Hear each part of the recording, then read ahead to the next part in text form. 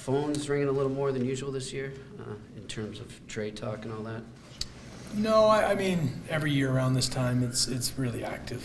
Obviously, leading up to it, we were involved, in the goalie market and made a decision. Again, I want to thank Linus and Moa and, Harry and Lily. As I said before, Linus was a really good addition to the Boston Bruins and made a decision that, in this case, both goaltenders have advocated to continue to want to play 55 games, and that's a tough. Unless somebody gets hurt, to have both guys be playing to that level. So, we wish him well and welcoming, obviously, Mark and Jonas onto our team. We feel we've covered our bases in a couple of different areas that, Mark brings a unique skill set to the bottom part of our group that we feel will complement our team. And Jonas obviously has been a high-level goaltender, and Bob did a lot of work with Jonas and when he played his best hockey in LA, and then being able to translate into our hockey club. I should have taken a minute, in all honesty, to congratulate the Boston Celtics and in Banner 18. Congrats to their entire organization. Such a fun ride to watch them pull it off and celebrate the city of Boston with a parade. What do you envision the workload for Jonas? That's to be determined. As I referenced, Jeremy would certainly like to get into the upper echelon of playing 50 some odd games, and hasn't done that. So we have to, sort of see where that goes. When the year goes along, how well he plays. And Jonas has obviously played, at a high level and had been a starter.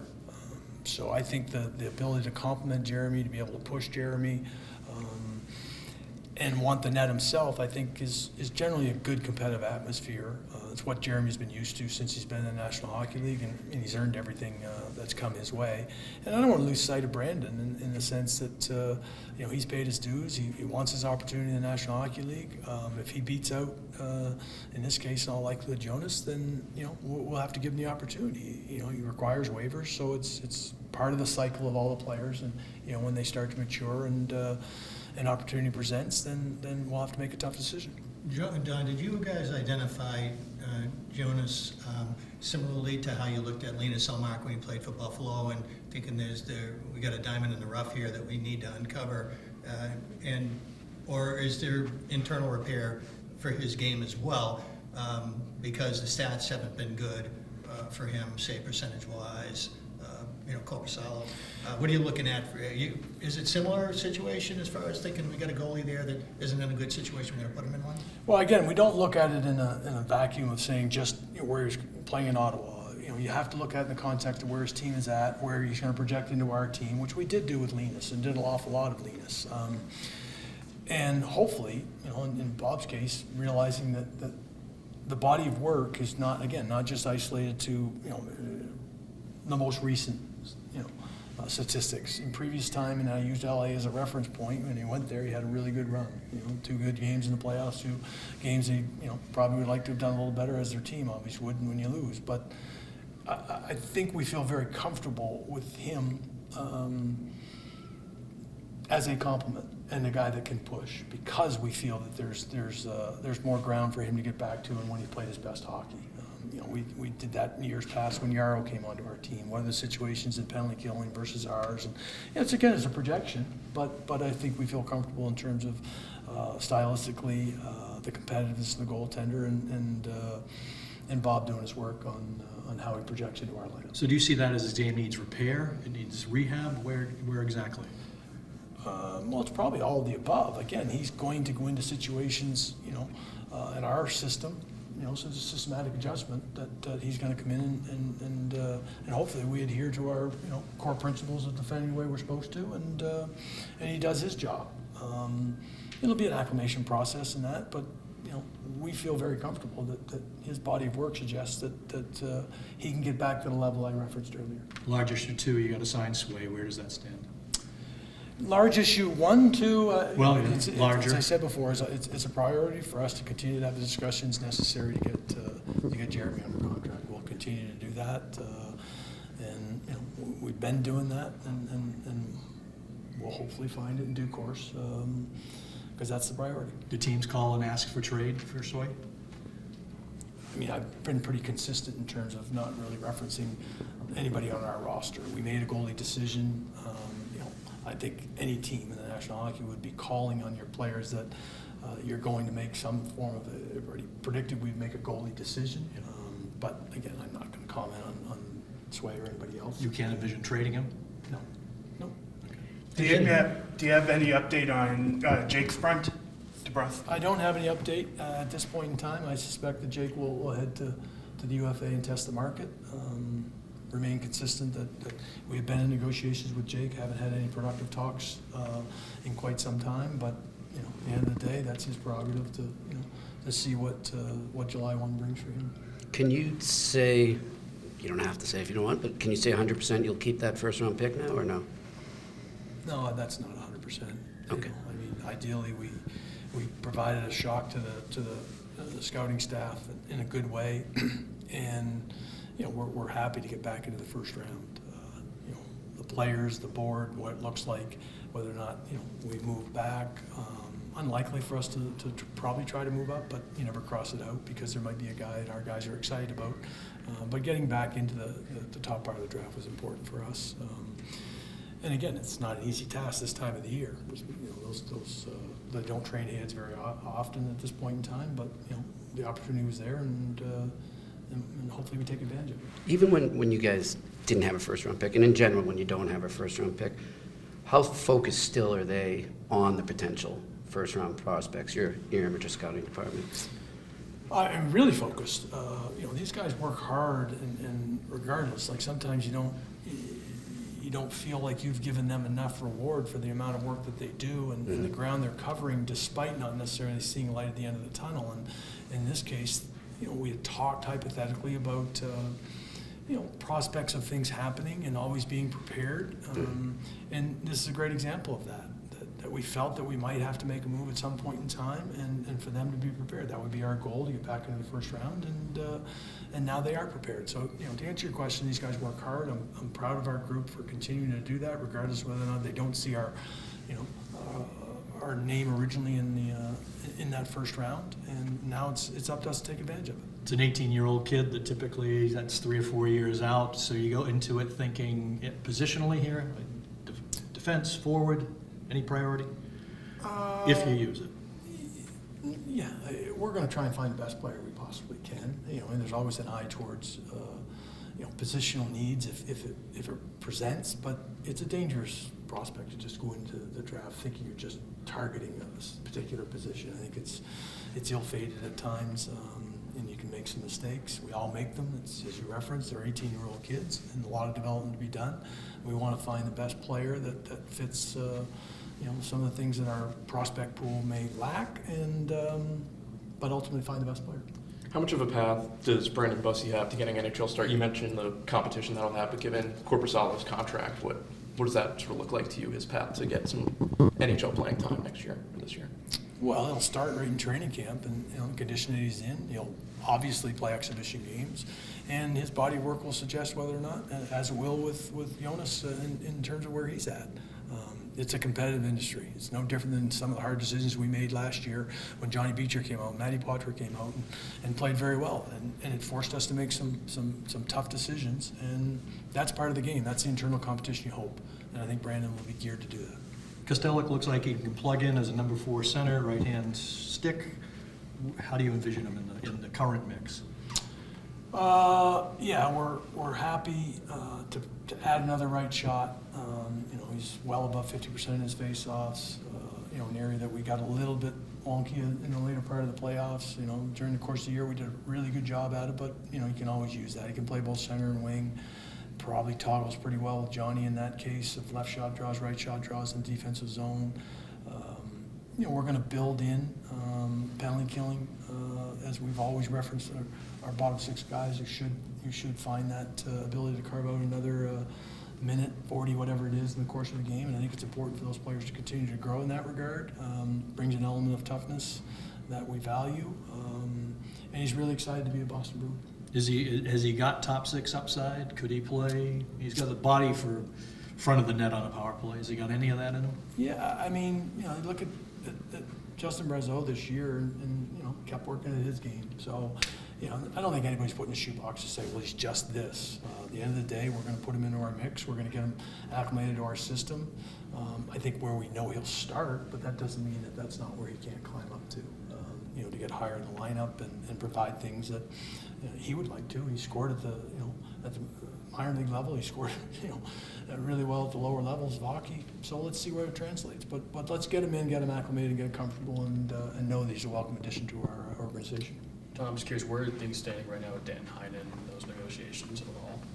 I had a meeting with Al Roy, his agent, this week. We've been in close contact with Al. You know, you get closer to July 1, you know that other teams have recognized and acknowledged what Danton did for us this current year, so it always factors in. And in a perfect world, you get Danton back because of the versatility and the quality of the person and what he brought to our hockey club. There's other areas that we're trying to target in our free agency period, so, you know, to be determined on that front. Where are you guys at with Zaka as far as he played a lot at center during the season, something you had an eye for a possibility of when you acquired him, and then at the end he got moved around a little bit. And how do you look at how the season ended for him, and what did you learn on that front? And are you guys still committed to making him a center iceman? Again, I love the versatility in the player. First and foremost, we committed knowing that Bergeron and Krejci were moving on, so we needed to deepen that, and Morgan Geeky's a part of that, you know, exercise. We continue to do that. Let's see where Matty Poitras comes back after shoulder surgery and where he slots in. You know, if he can get back to full health and do what he did, you know, in the early part of last year. And again, those are all to be determined. We put those into the sort of the mix of who plays where and who can complement and play where, and that's the beauty of where Zach's. He can go to the wing and complement, you know, really good players. He's now been asked to do a heck of a lot more in all phases of the game. I mean, significant penalty killing, was on the power play, played against the top lines, and you know, you look at games, you know, 5 and 6. In my opinion, I think in the Florida series, like, Zach's played well in those two games. You know, he finally got the monkey off his back and scored, which, you know, was carrying burden on that. He's been a really good, versatile player in coming to our group. Now he's been through 2 playoff runs. Or hopefully he just continues, you know, the upside that we've seen with the player. And I don't think he's uncomfortable playing in any 3 spots. In a perfect world Monday, you've got $21 million in change. Always good to have $21 million. What do you come out of it with in terms of what your team needs? I'm not looking for a specific name here, unless you want to give it. But for the team you have today, what would you like to see as of Monday afternoon or Tuesday? I mean, I've been consistent that we were going to come out of this season knowing that we're still falling short, and the ultimate goal is to win. You know, congrats to Florida, obviously, and we know that path. We failed to get through them twice in the last 2 years, so we'd like to deepen the middle of the ice with us. So that's where we've been focused in trying to have those talks with with our group to say, okay, who would be the guy, and make the hopefully a pitch at the right time that we can add a player of that nature. I think we're going to continue to look to strengthen our back end and complement the group we have there, and then from there it sort of is like how much of the pie is left. With the clear acknowledgement that Jeremy is part of this equation. In a perfect world, you have a deal done there prior to, but it's okay. There's plenty of space, as you referenced, that we'll find the deal for Jeremy and make him a Boston Bruin, and we just have to attack. I can't tell you that we're going to satisfy every need that our group had identified or you might identify, but we are going to be aggressive to try and improve our hockey club. UFA market inflates the prices every year. Could you envision spending $8 million on a guy, $8 million on a cap? I mean, the market dictates. If you're going after, you're trying to be aggressive. Chances are you're going to bump into an area where you're uncomfortable. That's just what happens. If you're going to continue to do that, you can be patient and hope that somebody falls through. But deep down, we'd like to improve our club. We'd like to be we've been a very, very competitive team, and we want to continue to do that, put ourselves in position, health obviously being a big part of that, for a chance to take another run. That's the goal. Sway went to ARB last year. You've had this period, you could have gone, or I guess there's many windows here, but you could have triggered ARB by now. You haven't done that. Okay. it's not the ideal path for us. We know that. I think, deep down, it is an option for both sides, but, the path is to find the common ground and get a contract in place for Goalie. You mentioned improving the back end there. Looking at the left side, is there more emphasis there to maybe add some depth in terms of helping Lowry project and grow in the proper manner, so to speak? Yeah, there's a balancing component to that group and allowing, Mason at a natural course to continue to grow into being, what we think is an impact player. Obviously, he did a really nice job, had a good playoff. Probably surprised us a little bit in terms of the amount of minutes and high leverage situations he was able to play. The power play and in all likelihood giving him a really good opportunity to run our second unit. Just continued growth with the player. And if we can balance that out, not blocking him in any way or any other player, but complementing our group. I think that's the ultimate Right. goal, is to deepen that group and complement it, and allowing other players to continue to grow and be as good as they can possibly be.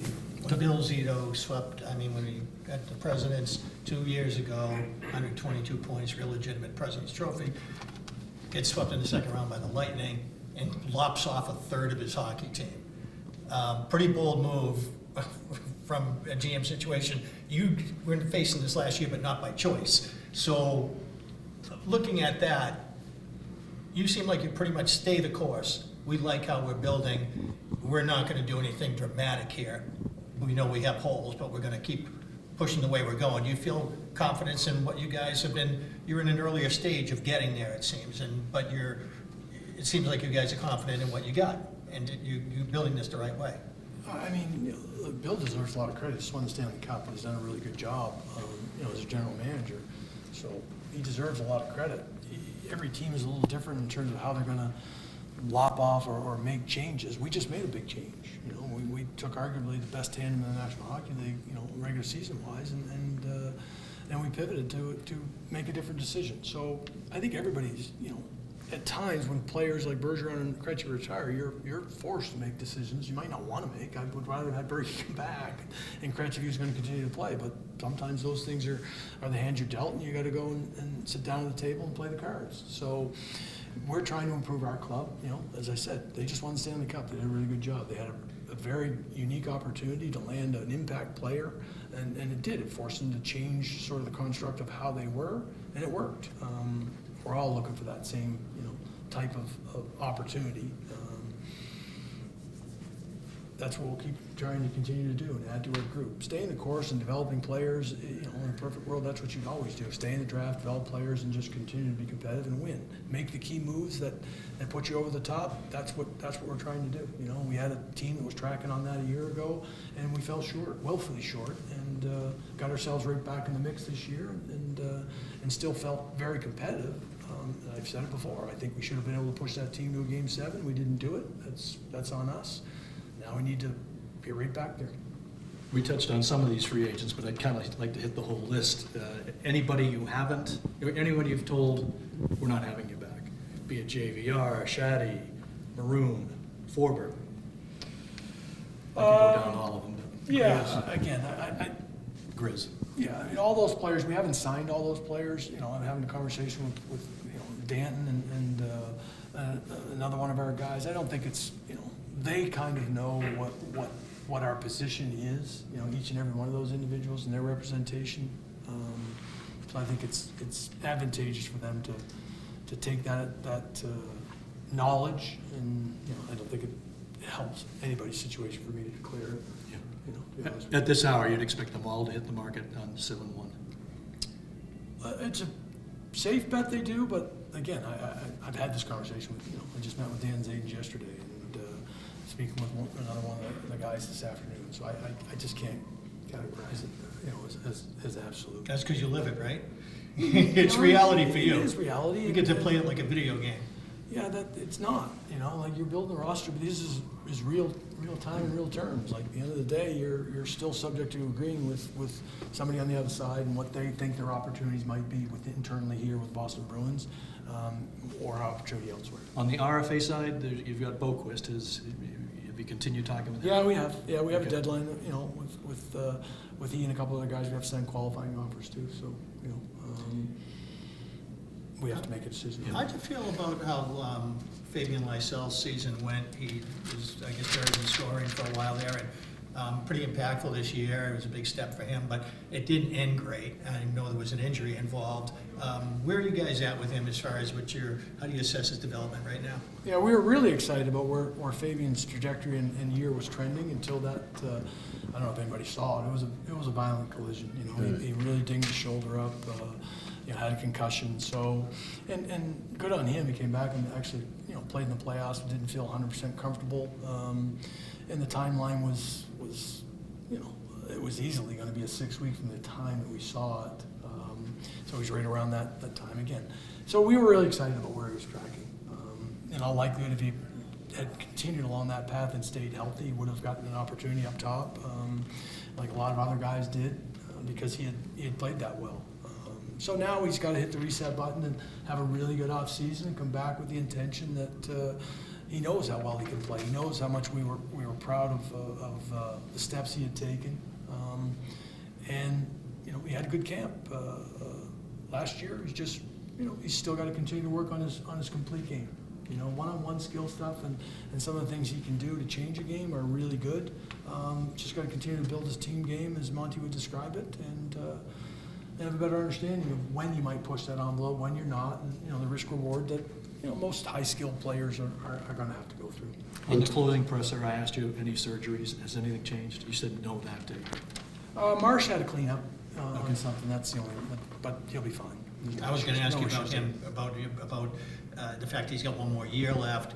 Do you go at this July 1 like it's the last season of the NHL history, or do you try to think in terms of, well, next year we got to do Marsh, we got to do Freddie, we got to do this or that? Yeah, we again, even in the nth degree of talking about hypothetically Bergeron and Krejci, are they coming back for one last? We never really treated it that way. Berge had made a firm decision. We know Marsh is going to continue to play hockey, so you never really just look at 1 year snapshot. That's a really tough exercise, and we don't do it that way. We have to have an eye towards the future. We're a very competitive hockey club. We know what the stakes are in terms of playing in the city of Boston and how we try and represent that city and what we're trying to accomplish, and that's the goal. We're trying to get back in the hunt. It's hard to make the playoffs. It's hard to continue to win and go through and stay healthy. As I said, we've done a good job to put ourselves in position. We haven't gotten it done, and I understand that. I accept that, and each and one of our players do. But that's the goal. We get back in there and take a run. You bring back Jay Leach. Joe goes up to associate. Does the dynamic change in terms of responsibilities, assignments? How does you're going to have four behind the bench? Yeah, I mean, again, we looked at where we were this year, where we were previously, where we were this year, and we felt there was a gap there, and that's not anything on John McLean. John McLean's return to play, or his connection with players, developmentally in the organization, like he's a really key component to what we try and do. And if you talk to Scott Waugh and realize like the connectivity that they have and the players themselves, look at Derek Forberg and all the things that he went through to get back and play. John's a big part of that. And now, Jay coming in with his experience, familiar with the organization, excitement to come back and complement, be it Kels and Joe and Monty. To me, there's a synergy there that I'm really excited about. And I think allowing Joe to have a little more of the game management with Monty, and because they're really connected in how they see the game. Joe's penalty killing takes full ownership of that. And it allows Jay to continue to work on an individual and collectively with a group of players. Mason's a part of that. His continued growth and development. So I think it really complements our staff now to where we were versus where we are now. Does Joe take some of the day-to-day sort of grinding, the media thing? I mean, Monty's really good with you guys, so I don't know how much he needs to take a step back from that. I mean, if Joe, feels that he has to. Joe was the head coach too, so Right, that's what I meant. I don't know if he's volunteering. Yeah. To tell you the truth. Why wouldn't he? I haven't had that conversation. It's unique and euphoric to be in front of it, but I don't know if he's really jumping at it. But I'll leave that up to him. What did you think? I remember Monty in the beginning of last year said to me, what am I going to do without Krejci and Berge? They're like second coaches on the bench. What did you think the way he adapted to that and the way he adapted in general in his second year? I mean, I think Monty, felt at times this year, they had to take the reins a little harder. Right. And, and that's just adapting as a coach and reading your room and reading the situation. So, does it put more ownership on him and the staff? And maybe that's where it came back to giving another boost and injection in that in Jay's case, coming on board. Monty's got a real good pulse of his room and his connectivity with players themselves, be it at Bergie's level or at Matty Poitras level. And I think that's part of what makes Monty a really good coach, while leaning on, his assistants, to do some of that stuff that, is a reinforcement of those principles that we want to play with. And it'll be no different. We're going to bring in some new players. We lost some players that moved on. Bob's got a new goalie dynamic. So every year is somewhat unique in those challenges. But what Monty does is a good job is connecting early on and establishing those relationships. Marsh is now in his second year as a captain. I think that will help. You got continued growth on Charlie and Pasta as leaders. We have a core group of guys that are all back, that contribute to those, decision-making things. I mean, you're not replacing Bergeron and what he brought to a locker room. Drop down from Z, but Marsh is on that path to be able to have that same conversations as an extension of what the coach wants to do, because it's their room. Dev Okay, camp one on more. Dev camp on Monday. Anything unique about this one, other than it collides with July 1, in terms of numbers of bodies or what you want to accomplish? A little smaller this year, maybe by design. But I think the accomplishment goals of indoctrination into the Bruins way, Adam, does a really good job and he's taken a lot of ownership. We've got a couple of off-ice activities, which are equally as important, to tell you the truth, in terms of the on-ice activities that we do, because it's not an evaluation camp. It never has been. It's a year-over-year growth and opportunity for these players to be exposed and stretched and introduced to really how we like to try and do things, and to get to know each other. Because some of these kids are going to come back to camp for the first time and challenge for a job. You've got the Riley Durans that, just turned pro, went to Providence. Now he's come to his first NHL camp. Before it was like, okay, I'm at development camp. There's no real stakes. But they go through these phases to continue to grow and hopefully be a sponge. But again, Adam and everybody that goes into putting the development camp together are trying to, they're growing as well. And so it's a very unique time. It collides with July 1, but most of the teams feel as you stretch those things out, it puts a lot of ownership in the players. They've been at the draft, a lot of them, or they've got their college season set up, or their juniors and where they're going to go, and Europeans are the same way. It is. It's a compressed schedule, but so is this time frame. There's one kid I wanted to ask you about there, Jackson Edward. It'll be his third Dev camp. Played Memorial Cup this year. See a lot of growth in his game. Is he a kid who could come in and I assume he's headed for Providence, but Jackson's, he'll be a pro this year. We're going to talk about the growth year over year in the last couple of years. On and off the ice, Jackson's handled a lot of adversity, and he's a real gamer. Adam's got a real soft spot for Jackson. Obviously, similar ilk of player. Hitting guys. Yeah, sees just a lot of growth and opportunity. He's got a bite to his game. Plays both sides. I think he's going to really, really take leaps and bounds in terms of getting into the program, maintaining structure in his game while allowing that bite and natural competitiveness to continue to bubble to the surface. A great, great kid that we're excited to have as a Boston Bruin this year.